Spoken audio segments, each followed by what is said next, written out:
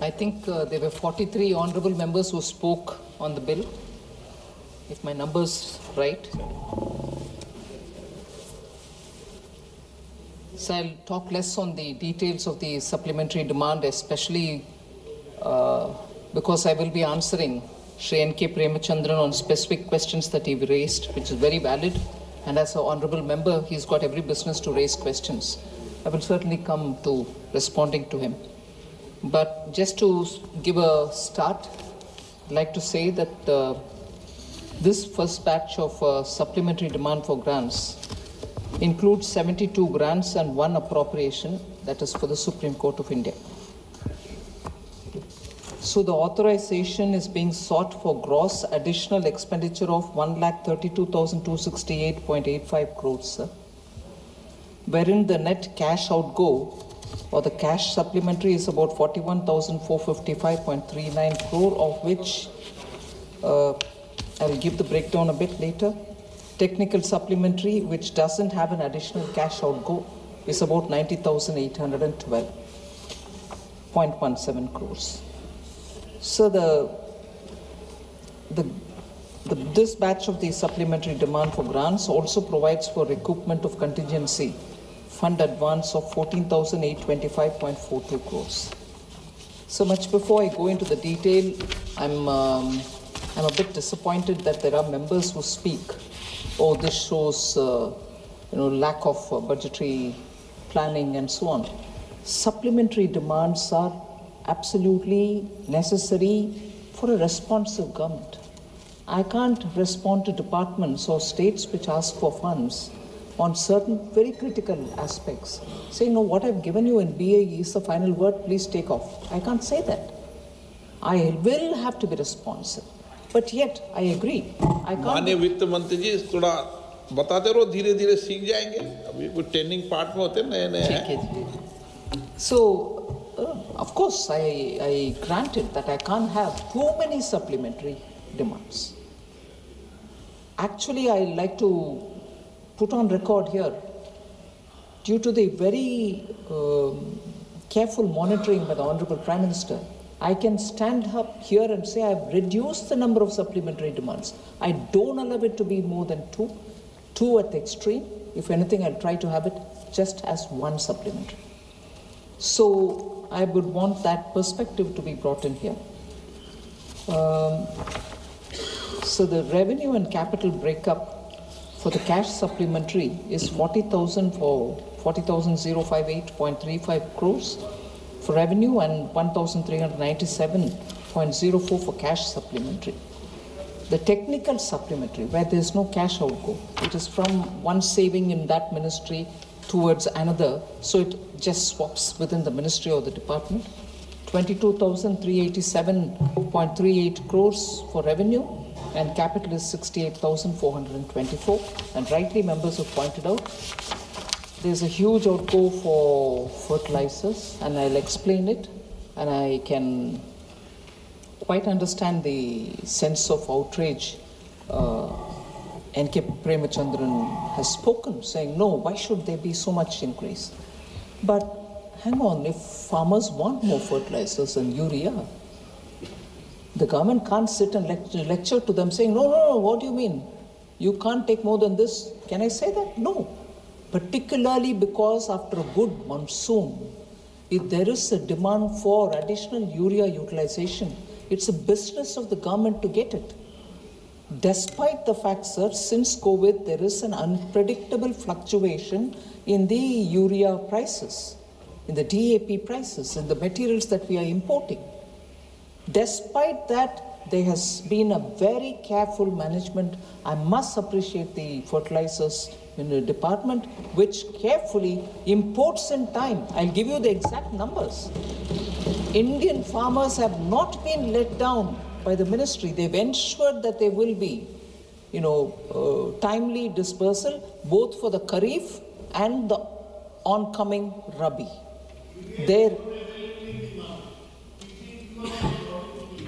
You think so? So I will give you all the numbers, sir. So that's fine. So urea.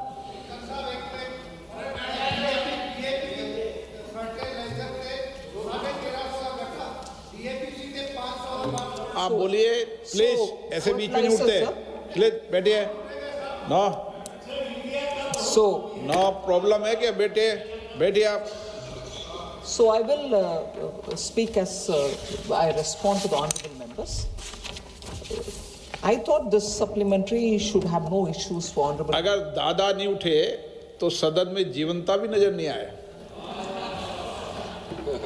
ठीक है sir, आप सदस्यों के पक्ष में ही रहते हैं कभी भी। सो सदस्य के कारण ही सदन है। हाँ, fully. So just to respond, sir.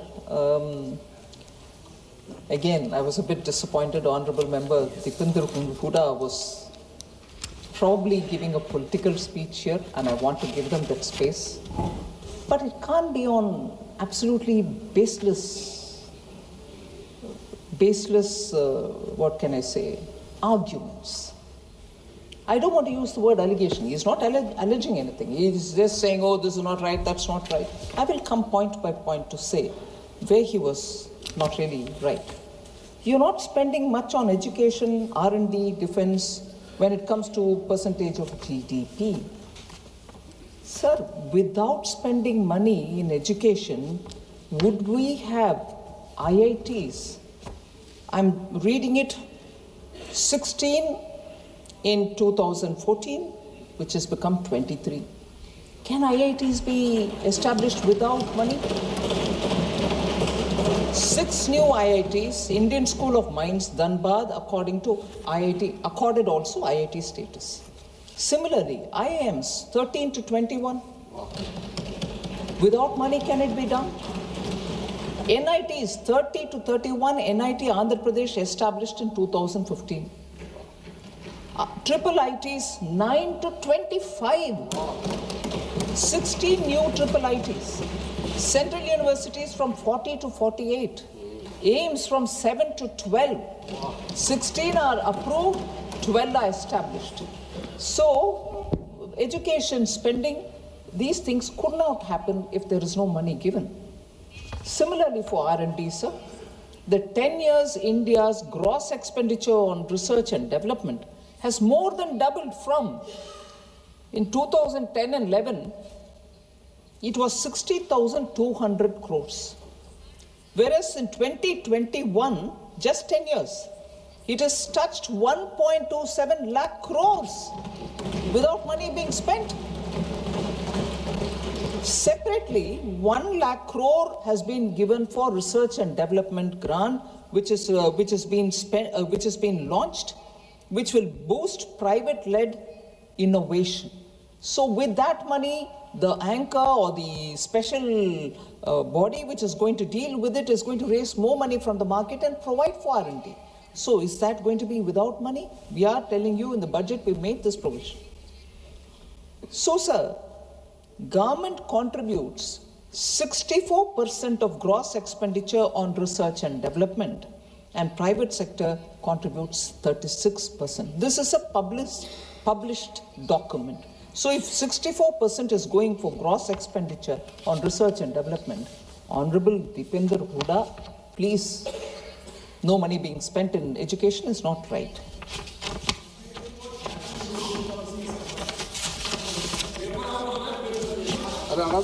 Sir, defense, education was one thing, research and development was another, and defense was the third. You're not spending money. So 53.83 lakh crores have been allocated for defense since 2014-15. 53.83 lakh crores. Is that not money going for defense? Otherwise today, why would we also have defense production capabilities multiplied in this country? Indigenous defense production hit a record of 1.27 lakh crores in 23-24, a 174% surge from 46,400 crores in 2014-15. 2014-15, 46,400. Now where is it reached even by 23-24? 1.27 lakh crores. Is that possible without spending? 16,000 MSMEs are emerging as game changers, strengthening indigenous defense capabilities. Will they grow without support? MSMEs which are specializing in defense manufacturing. 788 industrial licenses have been issued for 462 companies for producing defense. And India's defense exports, which I'm sure the defense minister has said in so many different answers that he's given in the parliament questions. 2014, defense exports from India was 1,000 crores only. In 24-25, sir, it is 23,622 crores. Is that possible without a policy which helps? So that is one.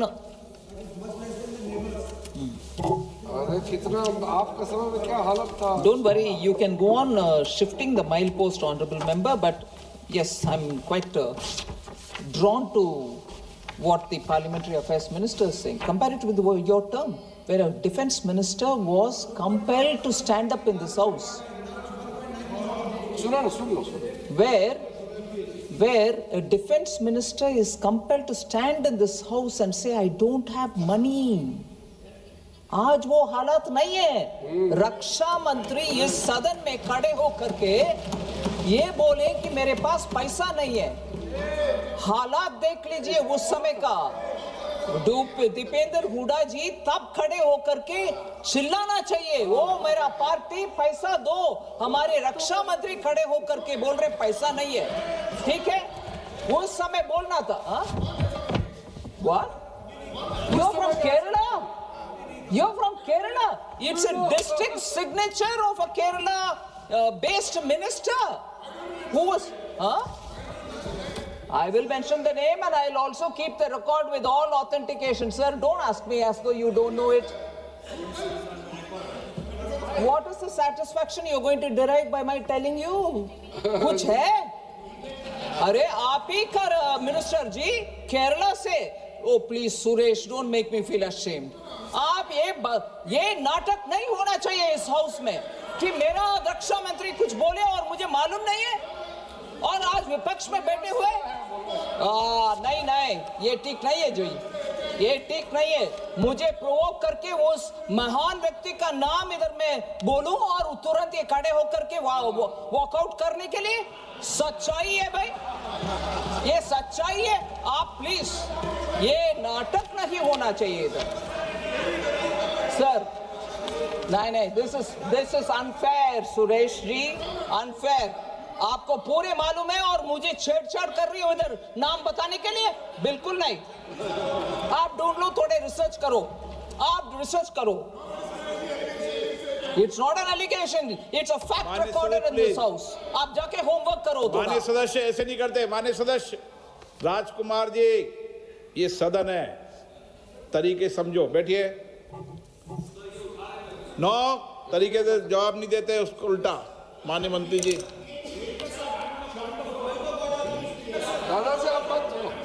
एक minute please. माननीय सदस्य please, आप बैठिए। It is harassment to say that. Tell me the name. I don't know the name of my own minister who said that. क्या बात कर रहे हैं जी? अभी बुलाता हूँ आपको, 2 मिनट रुक जाइए। हो या नंबर बताइए क्या है? पॉइंट ऑफ नंबर 352 नंबर बताइए। Rule 352. My only submission is I don't want to have the name, but when the Honorable Finance Minister is referring to a minister who has made a statement in the House, they have to authenticate that when senior हो, जो माननीय सदस्य इस सदन का उसका सदस्य नहीं है, उसका नाम नहीं लेना चाहिए, यही बताओगे ना आप? माननीय मंत्री जी, अरे ये तो graceful है। Finance Minister is graceful enough not to take name, whereas everybody knows it. So be satisfied. क्या? What is the problem if I take the name of the state? माननीय वित्त मंत्री जी, एक प्लीज आप तीनों से एक बात। बैठिए माननीय सदस्य, प्लीज माननीय सदस्य बैठिए। इतने क्यों उत्तेजित हो रहे हो? प्लीज बैठिए। हुडा जी प्लीज बैठिए, प्लीज। माननीय आप बार बार मत उठा करो, समस्या है गंभीर है आपकी। प्लीज बैठो। सुरेश जी, आज जरा जोश ज्यादा है क्या? चलो बैठो, केरल में ठीक है। ओके, बैठिए। हुडा जी प्लीज बैठिए।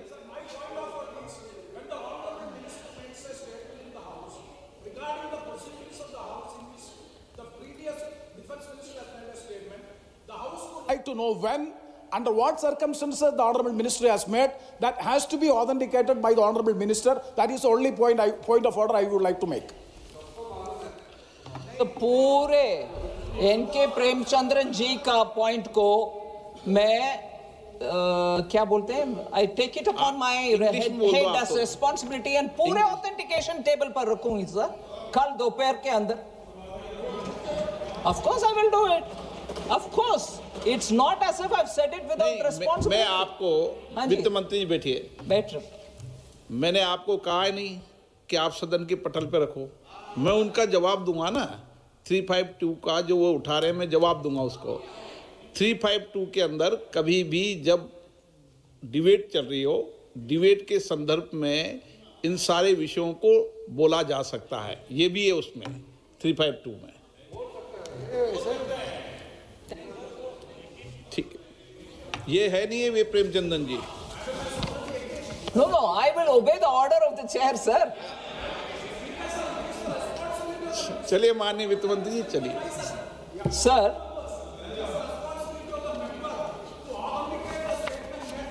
यस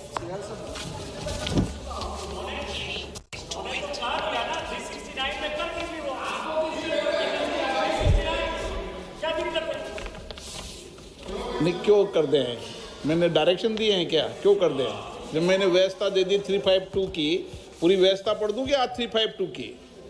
हर बार सदन में 352 की व्यवस्था पढ़ना जरूरी हो गया तो आज पढ़ी देते हैं इसको भी। बैठिए वित्त मंत्री जी।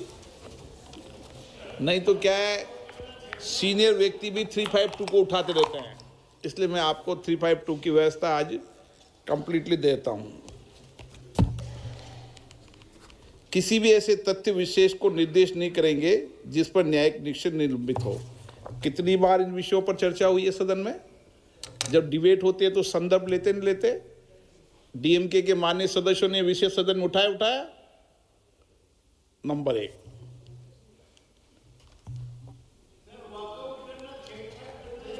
सभा के किसी अन्य सदस्य पर कोई हेतु लांछन लगाते हुए अधिकृत नहीं करेंगे, सद्भावना आपत्ति के व्यक्ति निर्देश नहीं करेंगे जब तक कि ऐसा निर्देश विचाराधीन प्रश्न या सुसंगत होने के कारण वाद विवाद प्रयोजन के लिए अनिवार्यता है। ये है इसका कि सभा में माननीय मंत्री महोदय ने जो अपनी बात कही है, वो उन्होंने जो प्रश्न उठाया उसके संदर्भ में उन्होंने अपनी बात को कहा है। ये रेफरेंस इसके अंदर है। 352 क्लियर है प्रेमचंदन जी? ओके, कंफ्यूजन नहीं होना चाहिए सदन में ना। आप सीनियर व्यक्ति हैं, चेयर पे बैठते हैं माननीय sir.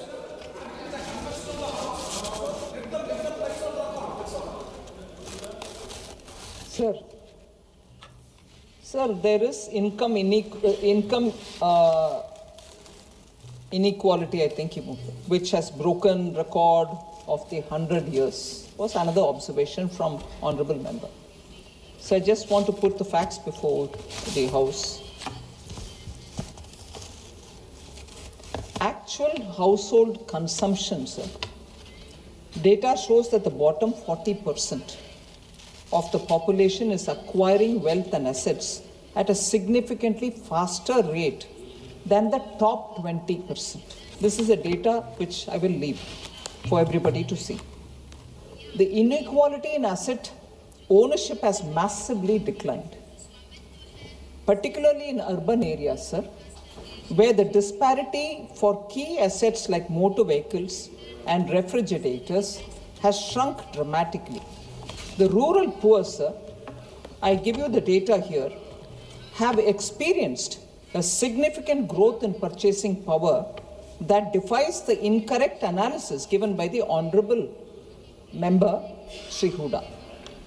2011-12 and 2023-24, ownership of motor vehicles among the rural bottom 40% surged sevenfold, rising from a mere 6.2% in 2011-12 to 47.1% in 23-24.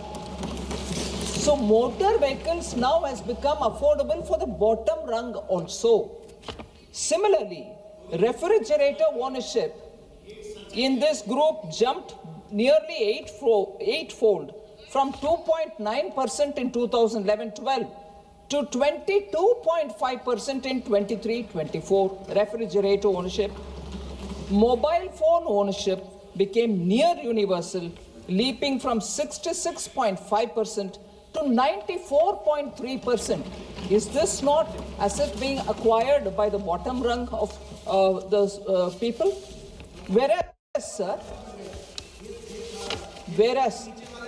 no, God. आप बैठे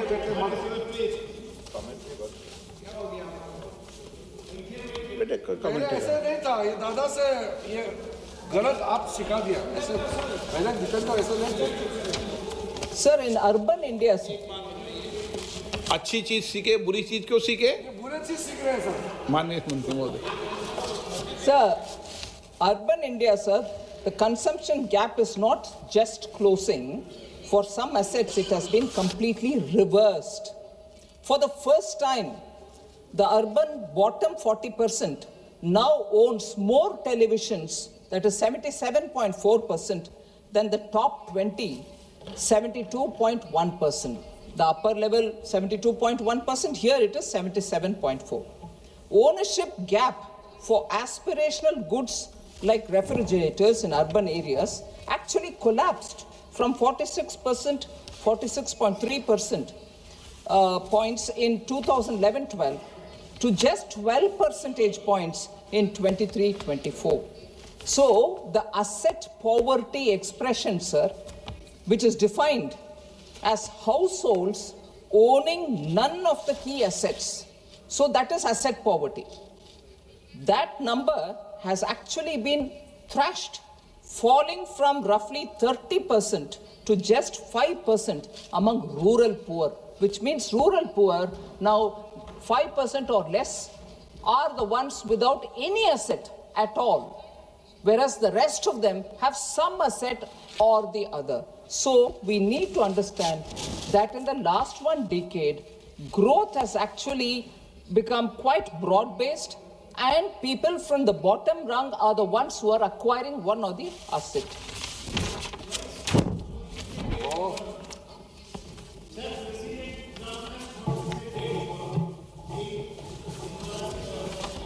Sir, since I was going to come to that, since Professor seems to be in a hurry. Professor, depending on President Trump is in a hurry. आग्रह कर रहा हूं कि आप जो बेटे बोटे बोले उस कमेंट पे टिप्पणी करो मत हो। और माननीय सदस्य, मैं आपसे आग्रह करता हूं, वरिष्ठ हैं, आप आग्रह पूर्वक आपसे निवेदन है, कृपया आप इतने वरिष्ठ हैं कि बैठे बैठे टिप्पणी न करें, ठीक है ना? सभा की सहमति तो हो तो इस सभा की कार्रवाई इस विषय की समाप्ति तक बढ़ा दी जाए। माननीय मंत्री। Sir, another point, and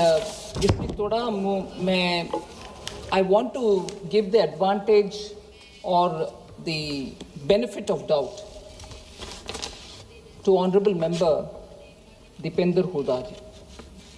He simultaneously used the expressions Vyapar Ghata, current account deficit. So when he spoke in English, he said current account deficit, whereas he also used probably exchangeable way, Vyapar Ghata. Both the terms do not mean the same, sir. So it is very important to understand that we take both the terms seriously but separately. There should not be any confusion. So I don't actually know which one was he referring to, Vyapar Ghata or current account deficit. And so the same number cannot apply to both, no. माननीय सदस्य, मैं आपको अंतिम बार बोल रहा हूं, नहीं, I'm not asking, I'm responding. आपका नाम लेके नहीं आस्क कर रहे, आपने पहले बोला था उस पर वो रिपोर्टिंग कर रही हैं, आपने आपके स्पीच पर जवाब दे रही है, इसलिए आपका नाम ले रही है, क्योंकि आपने बोला है तो आपका नाम लेकर जो जो विषय उठाए उन पर जवाब देगा। अच्छा है, प्लीज थोड़ा सा जवाब दे। Sir, so the claim that the current account deficit is at its maximum is factually incorrect. So I want that to be clear, sir. So that record deficit claim that the honorable member has made is really wrong. At the end of June 2025, India's current account deficit stood at 0.2% of GDP. Where was it? The honorable member was saying some double-digit number, sir. Current account deficit, June 2025, stood at 0.2% of the GDP. For the fiscal year, March 2025, it was only 0.6%. So let's place that on the record. Contrast this, sir, with the taper tantrum time 2013, when the current account deficit in 2013 ballooned to a crisis level of 4.8% of the GDP. And in fact, that's the maximum which India saw since 1970. So honorable members should actually look at since 1970, that being the maximum. Please, I hope this correction comes into play.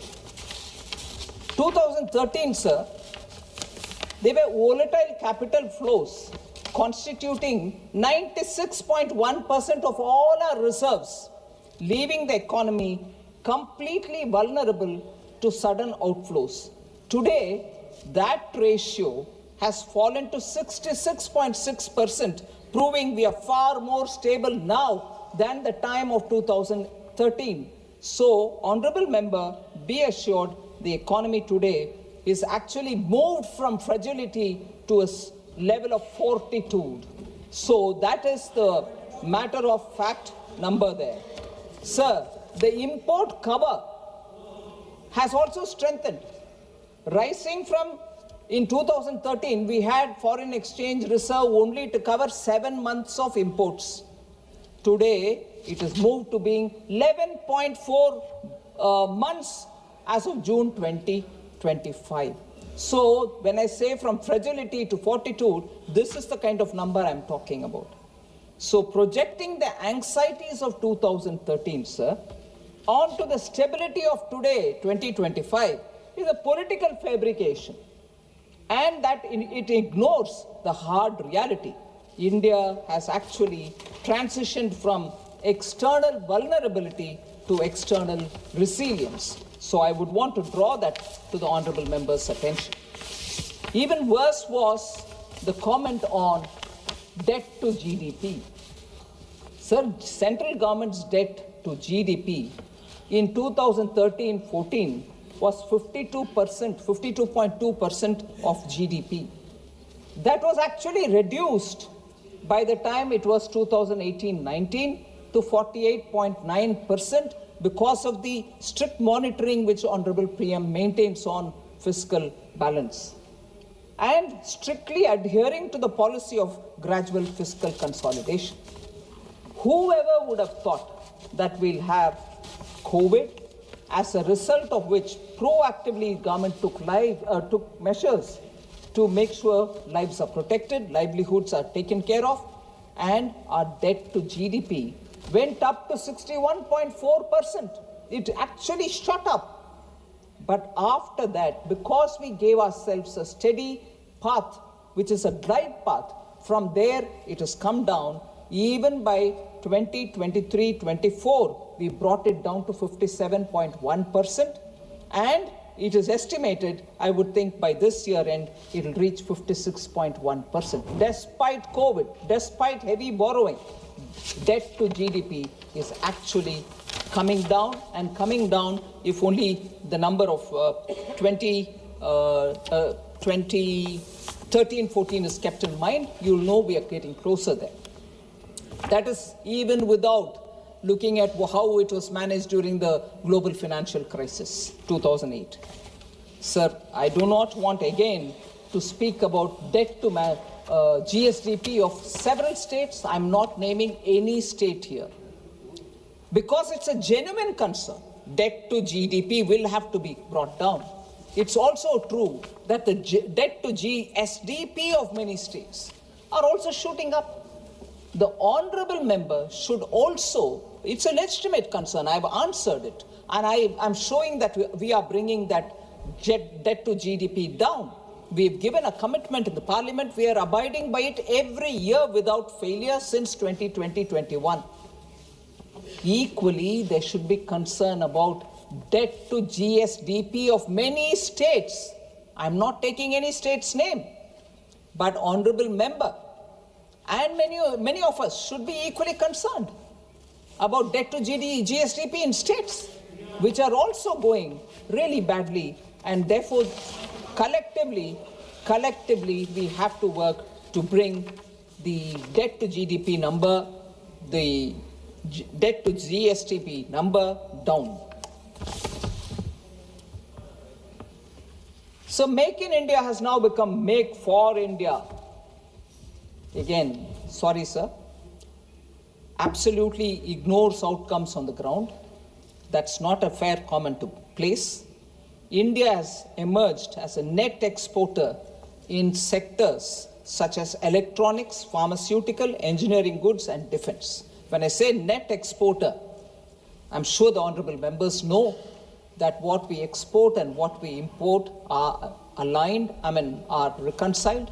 And when you are a net exporter, you mean that you're exporting more than what you're importing. Just give few numbers.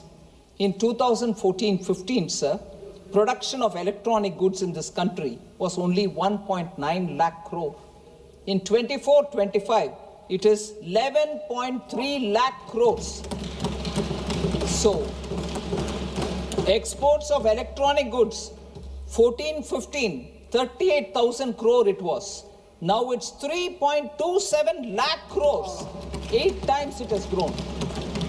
Mobile manufacturing units were only 2 in 2014-15. 24-25, there are 300 of them.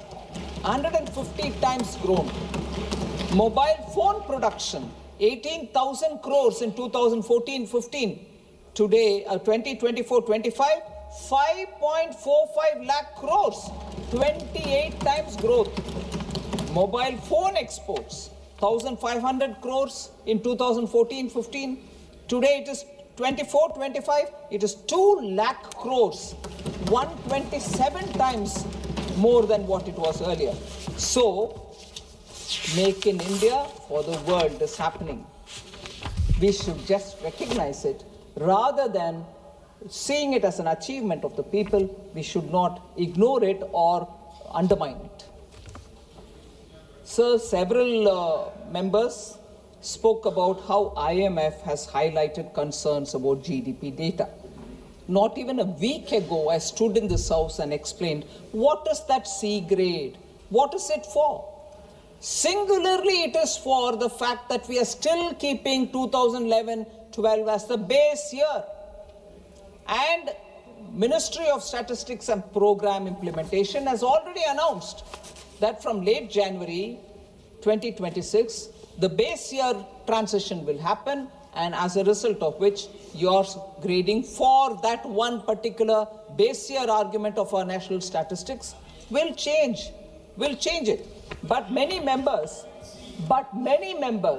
said you were B, now you have come to C, is utterly wrong. It's absolutely wrong. India's number grading has remained the same. At the median rating for this year is B.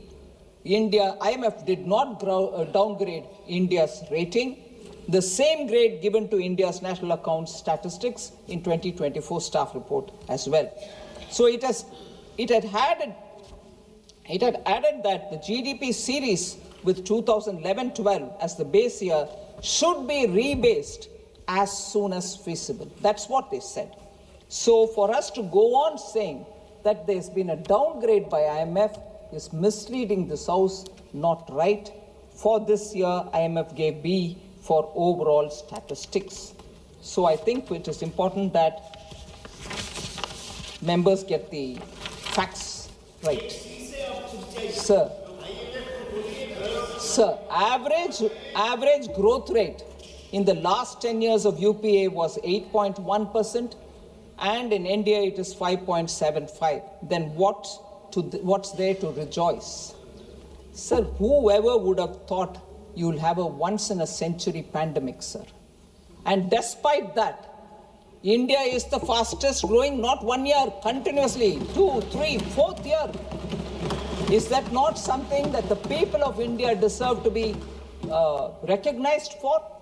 On the contrary, we go on saying ours was 8.1, yours is this. I just want to put the facts before you, sir. I want to put the facts before you, sir. We had to actually deal with high twin deficits. Fiscal deficit in 2013 was 4.9%, and current account deficit was 4.8%, both in the year 2013. Twin fiscal deficit, twin deficits. If that's the credit they want to take for themselves, they should. No time in India, both these deficits run simultaneously. That's the data point on which Honorable Member Huda should introspect. Food articles, WPI, food articles, which averaged at 12.2% annually in the 5 years ending 2013-14. Where is WPI today, sir? Where is CPI today, sir? And therefore, to go on repeating as though their record in inflation management was better.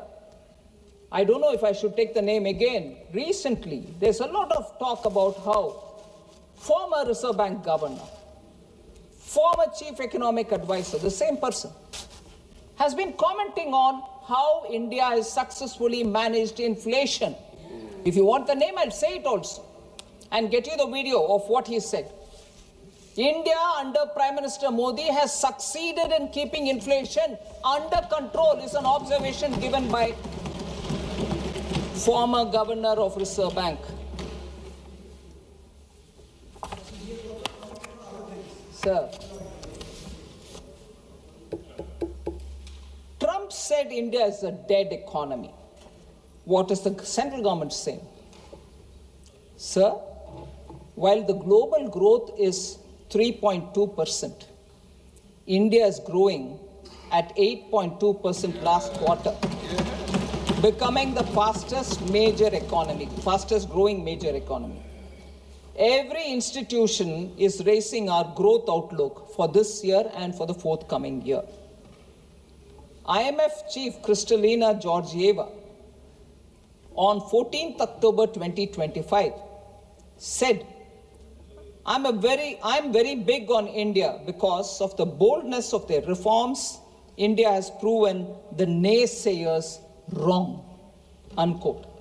So there are clear expressions recognizing India's growth, and no dead economy gets a credit rating upgrade by DBRS, S&P and R&I. If your economy is dead, why will they upgrade, sir, your growth? Your credit rating, sir, why is it getting upgraded? So somebody said something somewhere, however important that somebody is. We should not depend on that, but rely on data available within the country and also data coming from elsewhere. Rely on data. Can a dead economy grow at 8.2%? Can a dead economy get credit rating upgrades? So constantly looking at someone and saying, oh, he said that, what is it, what do you want to say? Numbers are saying it, sir. So, look at the indicators. Tractor sales in October 25 reached the highest level of for any month in the past 11 years. Retail commercial vehicle sales jumped by 17.7% in October 2025, reaching a 3-year high. Automobile registrations surged by 23.4%. Passenger vehicle sales grew by 15.5%. GST e-way bills grew by nearly 28% year on year. Services export achieved their highest ever monthly level of $38.5 billion in October. And UPI transactions grew by 60% in October 2025. So that's the case, sir. Now I move on to talking about fertilizer. Very important, sir. Between June and October 2025 Kharif crop season, the projected requirement of fertilizer was 185.39 LMT, lakh metric tons. The availability which the ministry ensured was 230.53 lakh metric tons. What is the estimated projected requirement? 185.39. What is the availability?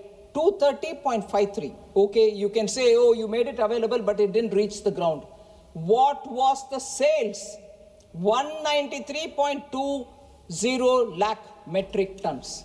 So what was projected, more than that got sold, and more than that is still there. So we have managed it in such a way that today we have a buffer available for the oncoming Rabi season also. So within a month, by carefully managing the import, urea stock increased from 48.64 lakh metric tons as of 1st October 2025 to 68.85 lakh metric tons by October 31st, 2025, which means within a month, 20.21 lakh metric tons have been added by carefully importing steadily. So there is no shortage, neither during the Kharif nor for the current Rabi season. So domestic urea, and also this point was made, if the overall stock increased from 48.64 lakh metric tons as of October 21st, which is what I said, to 68.85 lakh metric tons by October 31st. Where is the shortage, sir? We've been importing without blinking our eye because we don't want any shortage for farmers. Domestic urea production, about which N.K. Premchandran ji spoke. Domestic urea production has also shown improvement, with the production during October 2025 reaching 26.88 lakh metric tons, sir, higher by 1.05 lakh metric tons compared to the same month last year. So even month-to-month comparison, we have increased by 1 lakh metric tons within the country by domestic production. Not only we are importing despite the increase in cost, but we are also increasing the domestic production. So average monthly production between April and October remained a robust nearly number of 25 lakh metric tons. So I would want this to be put on the record that there is no shortage of fertilizer, and whether it is imported or domestically produced, sales also show. Yes, there are,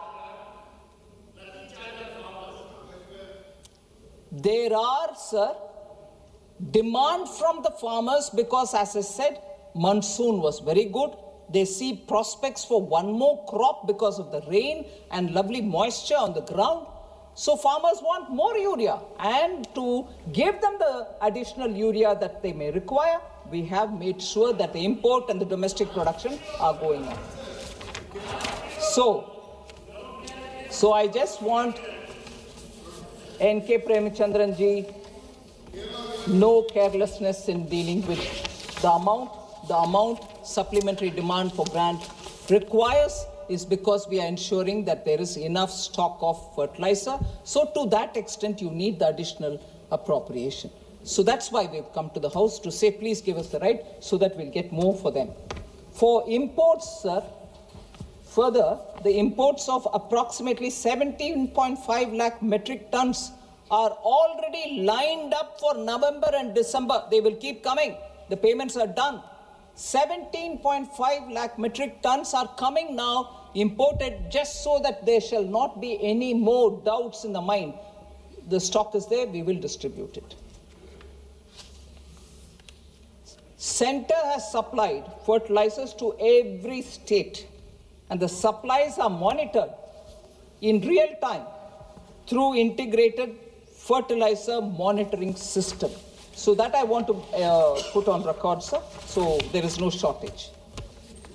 Sir, Honorable Member Neeraj Maurya, is he here?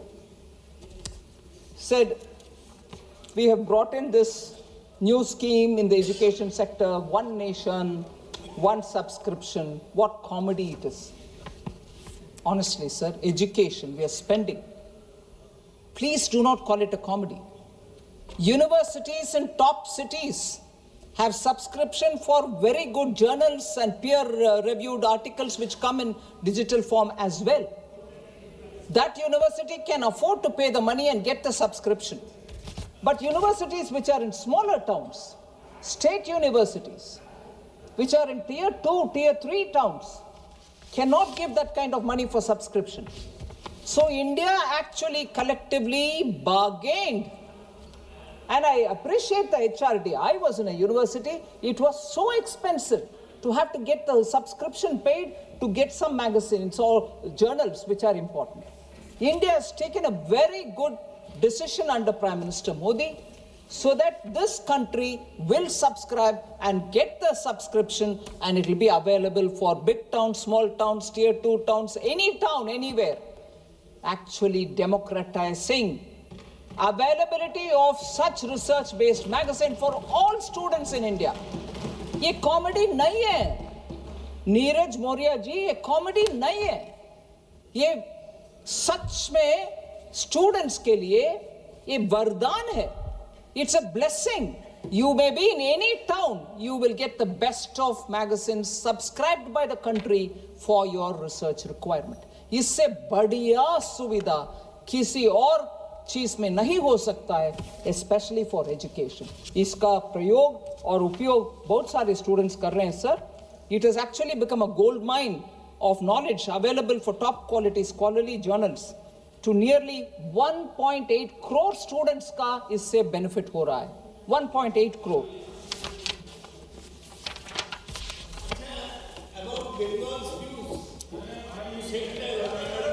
Sir, last 2 points, sir. Unemployment. 5.8% was the overall unemployment rate as per usual status, declined from 5.8% to 3.2% in 23-24, 5.8 in 2018-19. Similarly, female unemployment rate, 5.1% in 2018-19, is now come down to 3.2%. Similarly, youth aged 15 to 29, unemployment rate declined from 17.3% in 2018-19 to 10% in 23-24.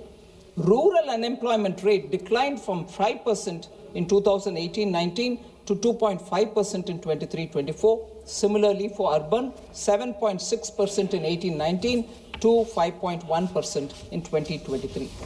So there are more data available, but the one important thing is EPFO. Overall EPFO membership has increased from 3.76 crore in 2016 to 7.37 crore in 24. The net additions to EPFO, which will actually tell you about the unique number of people who have newly joined, is the net EPFO addition in 2025 stood at 129.8 lakhs, reflects that jobs are being taken by young people. Sir, women's safety was a question which one of the honorable members raised. I want to say, under the Nirbhaya Fund, 7,712 crore has already been allocated, and with over 6,200 crores released already and being utilized for women's safety initiatives. 843 one-stop centers are operational across the country, having assisted over 11.9 lakh women. Women's help desks have been established in over 14,000 police stations, and safe city projects are also being undertaken. Normally, if you put it all together, gender budget is a number that I can give. For the benefit of women and girls under different schemes, Government of India has allocated 4.49 lakh crores for the year 2025-2026. That itself shows the quantum of money which is going through various schemes for the benefit of women. Sir, lastly, Gurmeet Singh Meet from Aam Aadmi Party raised this issue that there should be proper allocation to Punjab when it comes to Khelo India scheme. I want to highlight, sir, that several initiatives have been taken under Khelo India scheme to engage and promote youth participation, particularly in Punjab. 29 Khelo India centers have been established in Punjab. Punjab has a Khelo India State Center of Excellence for hockey, boxing and athletics. 24 Khelo India academies have been established in Punjab. The Sports Authority of India, sir, also runs one national center of excellence at Patiala and 3 SAI training centers at Mustuana Sahib, Badal and in Ludhiana in Punjab. So sports, every central scheme reaches Punjab. Sir, lastly, I want to refer to Honorable Member Rajkumar Roth. He is not here. Rajkumar Roth, he is not here, sir. Natural farming against using pesticides and fertilizer. Actually speaking, Honorable Prime Minister has spent a considerable amount of his time advocating natural farming. He has actually gone to different parts of the country to give encouragement. One last such meeting was held in Coimbatore when farmers came in hundreds to speak about how natural farming can help us. So, Honorable Member Rajkumar Roth should actually refer to all the Prime Minister's speeches on that. And he also has spoken about GST बढ़ाया गया. किसी को बढ़ाया नहीं, कम सबका कम कर दिया, sir. Maybe I will send him all the details with which he'll be sure that we have not increased anybody's GST. Except, of course, it's a demerit good.